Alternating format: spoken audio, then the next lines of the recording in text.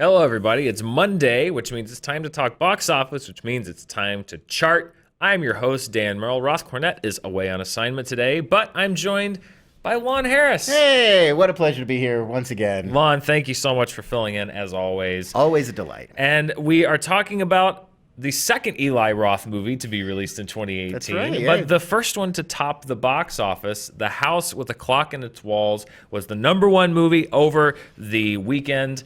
It exceeded even the modest expectations that this movie had. It exceeded those, opening just over $26 million. A lot of people were pegging it to open maybe in the $20 million range. Sure. The reviews weren't bad for this film, which I think surprised some people because it seems like such a weird fit. Eli Roth, he had Death Wish. It wasn't well reviewed earlier this year, making a kids movie. The ads were strange, but it seems to have attracted at least enough of an audience to put up a decent opening weekend number. And Lon, you were telling me before we went on the air that you I have not read the book. Yeah, on which this was based. It's a weird title, and so I know a lot of people are like, "What a weird title for a movie!" But it's based on a really great sort of YA kind of intro to horror book that's part of a long series by this author named John Bellairs. I loved these books as a kid. There's like a couple different young protagonists, and they're all these long series. And this one is Jonathan Barnevelt.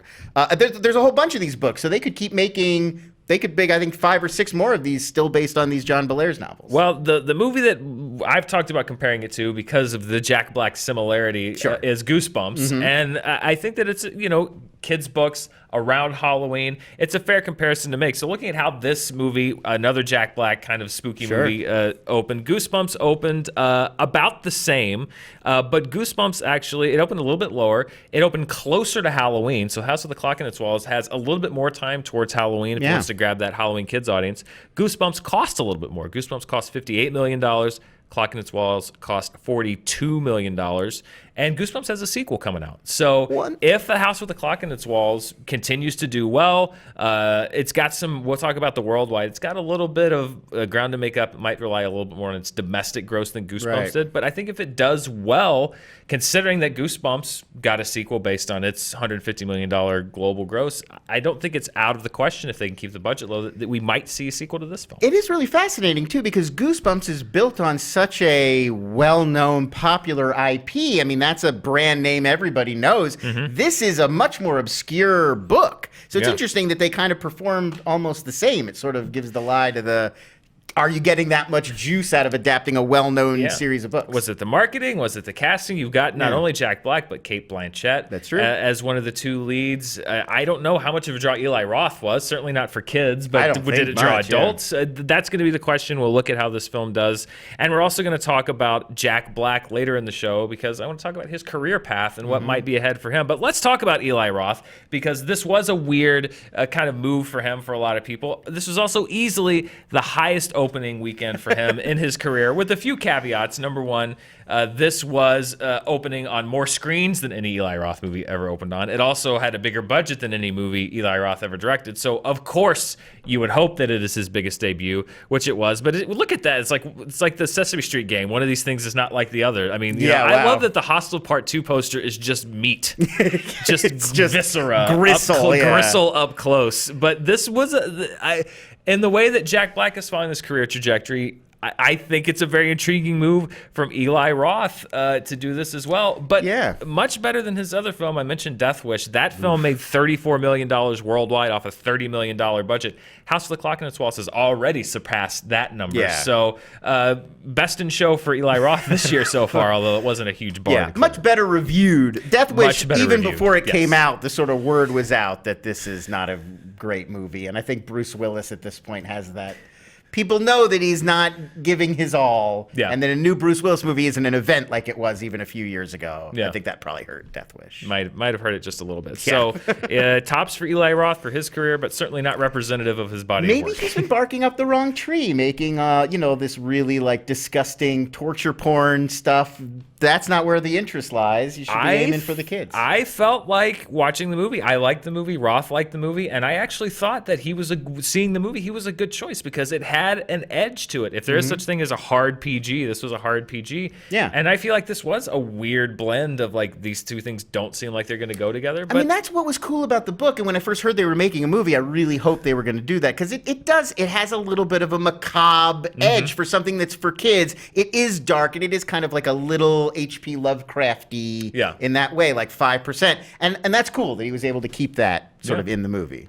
Looking at the rest of the top 5, it was kind of a slower weekend in the box office line, which allowed the number 3 movie from last week to move up a spot. Paul Feig's A Simple Favor held well. It dropped just 36% from its opening weekend and moved up 1 spot from last weekend to the number 2 slot. The Nun dropped 45% from last week. It is now in 3rd place.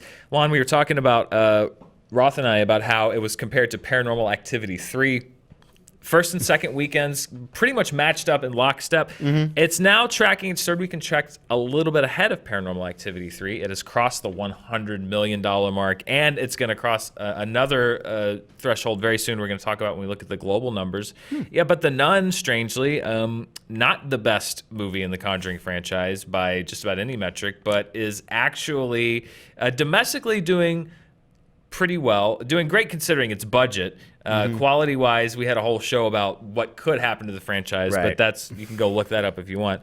But yeah, The Nun hanging in there again. It got in before the big scare season starts. We've got Hellfest and of course Halloween and a few others coming out soon. But The Nun and House of the Clock in Its Walls both staking claim early to the Halloween season. Is there a Halloween box office season? I feel like a little about bit. This a lot. A little bit. I mean, you definitely have a surge of movies, but January is also a big horror movie time. There's always a few in the summer. I mean, horror doesn't necessarily have a season exclusively for it, but I do feel like there are some films that benefit. People definitely like going to see and watching horror movies at this time of year, but I almost feel like Halloween, it doesn't have like a long holiday weekend where everybody goes to theaters. And in fact, Halloween weekend, a lot of people don't go to movies because they're trick-or-treating, they're going to parties. So I almost feel like we keep talking about the Halloween season. I don't know if there's a huge boost to be had. Well, that's why you'll see very few scary movies actually open on Halloween. They always open a couple weeks before, because you're right. You're going to get that very few movies, people go to the movies on Halloween weekend. They're out. They're at parties. They're doing what they do. You got to bob for apples. You got to, yes. Prime bobbing for apple time. That's exactly what I did at Halloween parties. Bobbing for apples. That's it. Just that, and then you leave. The Predator line had a big drop. It went from 1st place to 4th place. 62% week 2 drop. Not quite as bad as Predators, but keep in mind that that's a 62% drop, which is not good, off an opening that was already at the low end of expectations. And it and Predators are actually, right now, their grosses just about match up. The difference being Predators cost about half as much to produce as the Predator. The Predators also open in just about every major market except for China. It has I was reading a report. It has passed the censorship board in China, though they don't know if there were any cuts made, but it does not yet have a release date in China. But $88 million price tag, open in just about every major market, a disappointment domestically, not lighting the box office on fire worldwide. Not a lot of great news for the Predator so far. And after Predators also sort of soft, and now the Predator, are we looking at, I feel like we're looking at the end of that franchise, at least for the time being. Unless they can pull something crazy out of their hat, yeah. Yeah, it feels to me like we'll see Predators maybe pop up in other people's franchises, probably not getting a lot more of their own films. Yeah, I don't think so. Have not been a hit since 87. Not been a hit so much in the last few decades. Several decades. Crazy Rich Asians rounds out the top 5. It is in its 6th week in the top 5. It has now passed $150 million domestically. But one of the things I like about the show is we don't just look at the successful films. Sometimes the story of the weekend is in movies that don't make an impact, and there were actually 3 notable underperformances that came in this weekend. The first one, Michael Moore's newest documentary, Fahrenheit 11/9, opened in 8th place to just over $3 million. That's, according to some projections, that's about half of what it was expected. This is only the 2nd time that Michael Moore has opened a film in wide release on the first weekend. The other time was 2004 with Fahrenheit 9/11. That opened to $24 million, went on to gross $120 million. Fahrenheit 11/9 did not hit the zeitgeist the same way. I think we're in, as opposed to the last time when there was a lot of talk about George W. Bush and the war and the policies that people didn't like, but it did not feel so relentless. Whereas today, there was no Twitter. Today, yes, the social media, the reporting on whether you like, I'm not going to get into it, right. Whether you like President Trump or not, I think everybody has so much of this information coming at them constantly that we're all just exhausted. Yeah. And the idea of paying to go see another 2-hour movie that's just going to be more talk about the president and angry, both sides yelling at each other, I just think everybody's sick of it. Here's the irony of it is I honestly feel like, because I saw the movie this past weekend, and for me it's just I'm just overloaded. I think I think everybody feels that way. The movie itself, it's about 2 hours long. There's a solid chunk in the middle, 45 minutes to an hour, that is a really powerful and incisive look at the water crisis in Flint, Michigan, and just about the institutional, political, the failures on every level. But it's couched in like Trump stuff. And I feel like Michael Moore wanted to make a movie about the Flint water crisis, and maybe felt like he had to couch it in the Trump stuff to get more eyeballs on it. Yeah. When really, all I really wanted, because the Trump stuff is it's the same stuff that he does. Yeah. You know what Michael Moore does. You know what he's going to say. You know how he's going to present it. That stuff didn't surprise me. But the stuff about Flint, I actually thought was interesting. So I feel like he should have just made a movie about that. And to me, it feels like that would be there's a more receptive public right now if you said, I made this interesting, satirical, clever, insightful film about the Flint water crisis. I actually feel like you'd probably get more interest and play out of that than, hey, I made an angry film about disliking the president, which I think is just... I thought that material was scattershot more than even he usually is. I feel like he's always hits things with just the broadest possible blast of information and whatever. The Flint stuff I thought was good, but that's not what it was couched in. And this is not from one side of the aisle, Lon. Again, the irony here is we are having a banner year for documentaries, except for political documentaries. Right. Michael Moore did not do well. The latest documentary from Dinesh D'Souza did not open near to the numbers that his past ones. It seems like people are thirsty for documentaries, unless it's about politics, because it seems like maybe people have just had enough, and they're even when you're preaching to the choir, right? Well, that's even those hardcore bases are not coming up, right? And I mean, if you look at the documentaries that were doing well, or some of them this year, they're uplifting, they're inspiration. It's almost the opposite of a Michael Moore documentary. It's about Mr. Rogers. It's about Ruth Bader Ginsburg. It's about, more human interest, feel good, inspirational kinds of stories. I hear there's one out that I want to see called Science Fair. Oh, yes, I have heard about this. I keep hearing about, and it's in very, very limited release. I've heard it's very good. I did read a review of that. Lon, another film that underperformed this weekend was from Dan Fogelman, who I said his name last week. Dan Fogelman, who created This Is Us, which is on NBC. It's a movie called Life Itself, which looks kind of like This Is Us, the movie. It's got, Oscar Isaac. There it is. Outside the top 10. $2.1 million outside the top 10. This is not good for Amazon, because Amazon paid $10 million for the rights to release and distribute this film. So not great for Amazon, considering that they don't look like, it doesn't look like they're going to get much of a return on that investment. No. I also saw this film. Was not my cup of tea. I haven't seen This Is Us, because looking at the ads for This Is Us, I'm like, this doesn't seem like something that I would be in. And then the movie was exactly what I had imagined This Was Us was in my head. It's really tough. When I was in screenwriting course, when I was first trying to become a screenwriter, I feel like almost every first-time screenwriter wants to do multi-generational, interconnected. It felt like a film school film to me. Stories. Yes. Everybody tries to do it, and that is so hard to do right. People have done it, like Parenthood. I think is pretty good, but man, you got to just nail it, or it just doesn't work. You feel like there's nothing to focus on. There's no one thread pulling you through. It felt like the bad version of movies like Babel and 21 Grams. Sure. Was that the one? Yeah. Those are both in your Those YouTube. things that is like we're all connected and interconnected. And that to me was just sort of the, I don't want to say hacky, because I know some people like the movie, but to me it was just very kind of cloying and manipulative. But if you liked it, I get it. That's fine. It wasn't for me, but it wasn't for a lot of people, because it opens outside the top 10. But another movie, even still, that opened lower, was a movie called Assassination Nation that opened in 15th place with just over $1 million. This is playing on over 1,000 screens. Another film that $10 million from Neon and Agbo, which is Joe and Anthony Russo's production company. They collectively paid $10 million at Sundance to acquire this film. It made just over $1 million. And again, not good news for them. And this is not an Amazon. No. I love a lot of what Neon puts out, and I love their commitment to sort of offbeat stuff. But this appeared to have been a little too offbeat. Yeah, this does seem like one. I have heard there's a lot of buzz about this movie. It's a little bit of a lightning rod. It's got some controversy about it. I feel like this may be one that they're just going to have to wait for people to discover it. This might be a movie in 5 years. People look back on it and be like, why didn't anybody see Assassination Nation when it came out? And that's what the kind of the spin that I heard from once the numbers came out from some of their marketing chiefs, and they're like, well, even Heather's didn't get an audience until later, which is true. That's true, but you don't want to have to go back to Heather. Right, they're now banking on the fact that this will be discovered by generations later. Yeah, which, hey, it happens. Could be. There's countless movies. Austin Powers, going back for movies. Office Space is the one I always think of. That found an audience later on. So maybe that's what's going to happen with Assassination Nation, but not right now, not today. I wonder if The Purge perhaps tainted this a bit, because it looks a bit Purge-esque.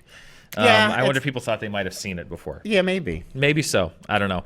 Looking at the top per screen, of course, we're getting into awards season. There is a film called Colette, directed by Wash Westmoreland. He's the director behind Still Alice, which won Julianne Moore an Oscar. Keira Knightley stars as a French writer, Colette.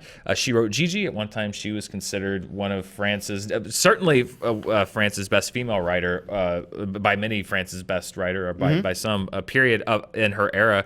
And the film kind of focuses on her struggle to be recognized, to have her work recognized as her own instead of ghostwriting for others. I haven't really seen anything on this film. It's on 4 screens. It's very limited release. It's a really interesting true story. So you sort of, I don't know anything much about the film, but it is a compelling story. I saw another film this week that's actually not this week, this year, that's actually done really, really well in limited release. I think it's nearing $5 million in tiny release, called The Wife with Glenn Close. That sounds like it has some similarities to this film. So I'm actually curious to see and both of these are films that they're sort of gunning for nominations. Like Glenn Close in that one, Keira Knightley in this are sort of both being floated as possible best actress. As with every limited release, we'll see what happens if it starts getting a wider audience. It's starting to heat up, Lon. The awards talk is starting to heat up. We are in the midst of it right now. But let's step out of our little domestic bubble and let's look worldwide. What did the best at the worldwide box office this weekend? And number one, again, The Nun. The Nun banked another $45 million over the weekend. Lon, it is now less than $30 million away from becoming the highest global grosser of any film in the Conjuring franchise. Wow. So The Nun, barring it just completely hitting a wall, will be the highest grossing film of both Annabelles, both Conjurings. It's going to be The Nun. So the opening weekend, I kind of mapped out how it was received and what happened with the Paranormal Activity franchise, as far as it kind of hit a wall after that. And it may have largely been because while the third film, much like The Nun, was very successful, people had a bad taste in their mouths and they didn't turn out to see the next one. Who knows if that's going to happen? But as far as this film right now, globally, it's going to be their top grosser. Wow. So is the Catholicism connection? I don't know. I think The Nun is just a really strong character. Yeah. That character drives interest. You have a great horror character. I wish the movie had taken advantage of that. I don't think that it did. But Roth and I were very skeptical about the fact that they would do more Nun movies just based on the audience reaction to this one, which is not good. But as this movie keeps making money worldwide, you have to wonder: can the character even weather a movie that's kind of disappointing to make another one just based on the fact that people like The Nun? It's a cool visual. It's crazy because that's all it is. Like in The Conjuring 2, you really don't get any. You don't get to know the nun. No, she's just a very great. It's just a visual, but it is a compelling visual. Yeah, very compelling visual. So The Nun still doing well. Wow. Second was The House with the Clock in its Walls, $35 million, mostly fueled by its domestic release here. That's going to need to grow a little bit worldwide if it wants to expand its base and rely on more than just the domestic take. For profitability. Horror can play overseas, but it's got that quirky comedy side that might not. Yeah, we'll see how it does. The Predator banked $24 million, just ahead of Golden Job. That is a Chinese heist film. That's number 4. And then number 5, Johnny English Strikes Again. And this is another thing that I like, kind of looking at the global side of it. Johnny English is a franchise that exists largely outside of the United States. This is the third one, This right? is the third Johnny English films. Both of them have grossed almost exactly the same amount, $160 million worldwide, despite not really making much of an impact here in North America, in the U.S. For example, in the U.K., the first Johnny English film was the number 10 movie the year that it came out on the yearly list. The second one was number 11 on the yearly list. And again, it just goes to show you that while a lot of the franchises, probably 90% of the global franchises, come from Hollywood, there are some that resonate in other countries as well. Johnny English is one of those. So it's opening. It doesn't open here for another month or so. But Paddington is another one that was not a lot of people here in the U.S. went to see it, and was like the number 1 movie in the U.K.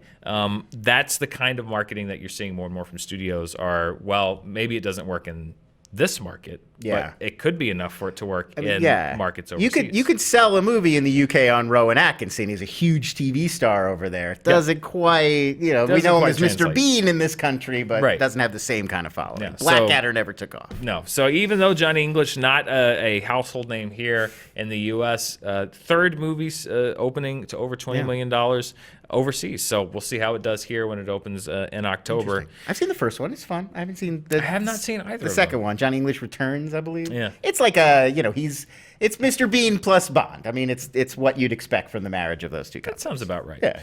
So, Lon, let's talk about Jack Black. Let's do it. The question of this video, and what I really want to look at is, it kind of goes to show you how you perceive somebody and how you first need to get to know someone. Because I think for a lot of us, particularly people maybe our age, when we think of Jack Black, we think of, comedian Jack Black, Tenacious D Jack Black, kind of, high fidelity, crazy, manic Jack Black.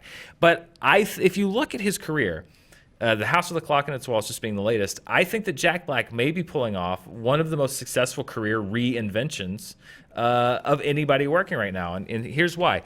Since 2010, if you look at his filmography, the majority of his films have not been the comedies that he was known for in the first, let's say, decade of his career. The High Fidelities, the Tropic Thunders, that's not really what he's been doing. Since 2010, he's done all 3 Kung Fu Panda movies. He did Gulliver's Travels, which, while not a box office success, was a play at the family market. He did Goosebumps, which we talked about. Yep. There's a sequel coming out to that one that's coming out in a few weeks. I don't know if he's in it or not. I've heard a few different things.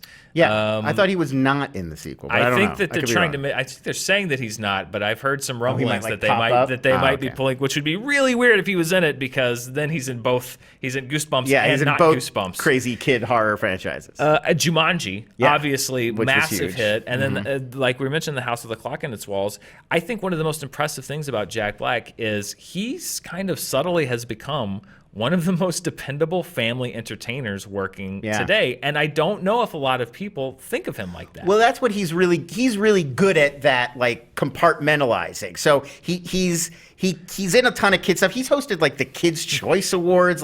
He plays a lot of stuff to the family market, but he'll still every once in a while do something for the stoners, right? Or he'll do a drama, nerds. Like what was the Bernie? Was that the one that he did where he was? Bernie, that Linklater movie. He was in. Don't worry, he won't get far on foot. And he just did that one, The Polka King, that indie that went on Netflix. So he does. He'll do the indies and the more adult stuff, and he'll do the kid stuff. It's not just one or the other, so he can kind of keep both networks of fans alive, because he's doing more Tenacious D stuff now, right? Right, but it seems like he is sort of like, because our eye is not necessarily on the family ball.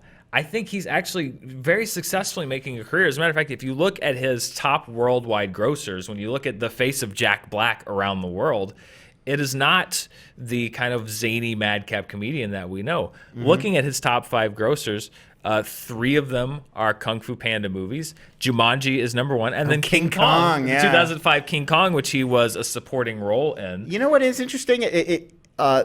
we were talking about Bernie, which is a Linklater movie. It's another Richard Linklater movie, School of Rock, that sort of bridges the divide. Bridges the gap. Yeah, it's got like Sarah Silverman's in it. It's got jokes for adults. It's a Richard Linklater movie, but it really does have a lot of appeal to kids. It's got a lot of those great kid actors, and it's since become like a phenomenon. It's a Broadway musical now. Yeah. So that may have been the project that kind of like allowed him to tap all of these different groups. I just think it's so, usually when an actor like Liam Neeson, for example, when he took that career change from sort of serious, dramatic Liam Neeson to Liam Neeson action star.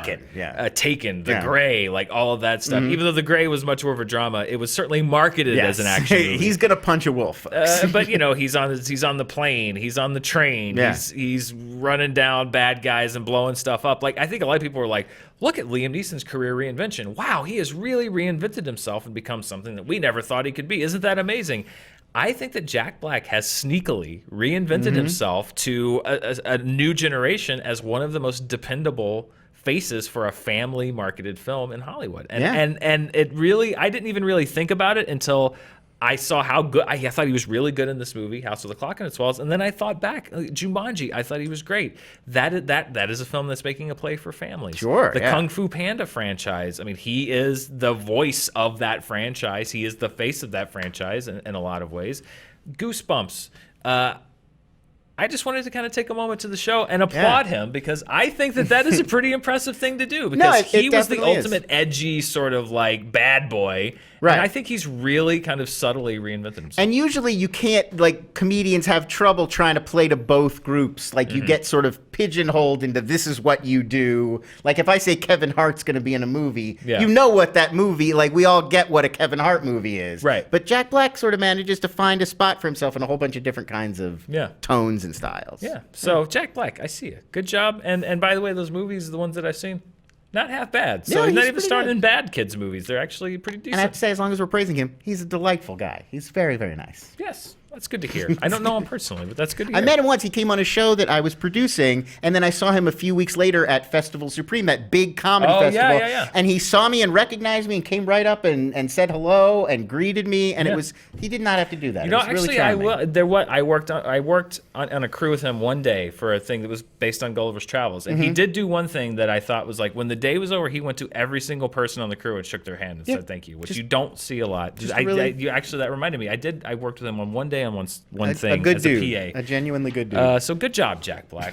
Here's to you. Keep it up. All right, Lon, let's look at the charts, the final charts. Let's do it. First, the domestic box office is not. We're going to fly through this one because nothing's really changed. Those shouldn't be there, those arrows. Here's the thing, Lon. I'm drowning in British sci-fi, and I should have taken those arrows off the chart before I made it. So ignore those arrows. That list is the same as it was last week. Nothing has changed. We'll take the TARDIS back to before that graphic went up and wibbity-wobbity, timey-wimey and fix that later. Looking at the worldwide box office, maybe it has some arrows, maybe it doesn't. It shouldn't have any, and it doesn't. That's good. All right, I did okay there. Nothing changed there from last week. And then the summer movie report, Lon. Again, I said that I would update this as needed. We have, and we sort of crowned this. These were our final 10, but it's now official. We have our 10 final top 10 summer movies. The Meg finally overtook Ocean's 8. It is out. The Meg is in. They may shuffle their order a little bit, but those, ladies and gentlemen, are your top 10 summer movies of 2018. Check your brackets, check your pools, or maybe you didn't do any of that stuff. But yeah, there you go. For the first time this summer, we've got all 10 that are in there. I did pretty good. I had Solo. I had it way too high. I think everybody did. I don't think I had Crazy Rich Asians or The Meg on there. And I'm not sure I had Hotel Transylvania 3 on there either. I think I might have undervalued I got one. 8. Crazy Rich Asians and The Meg came and took my legs out. I thought that Ocean's movie was going to do better than Crazy Rich Asians. Yeah, well, it almost did. It almost did, but Ocean's 8, the last casualty of summer 2018, off of the top 10 list. So I finally saw it last week. I liked it. Ocean's 8? I thought it liked was pretty good. I thought it was good. I enjoyed it. It's fun. Yeah, I like a good caper.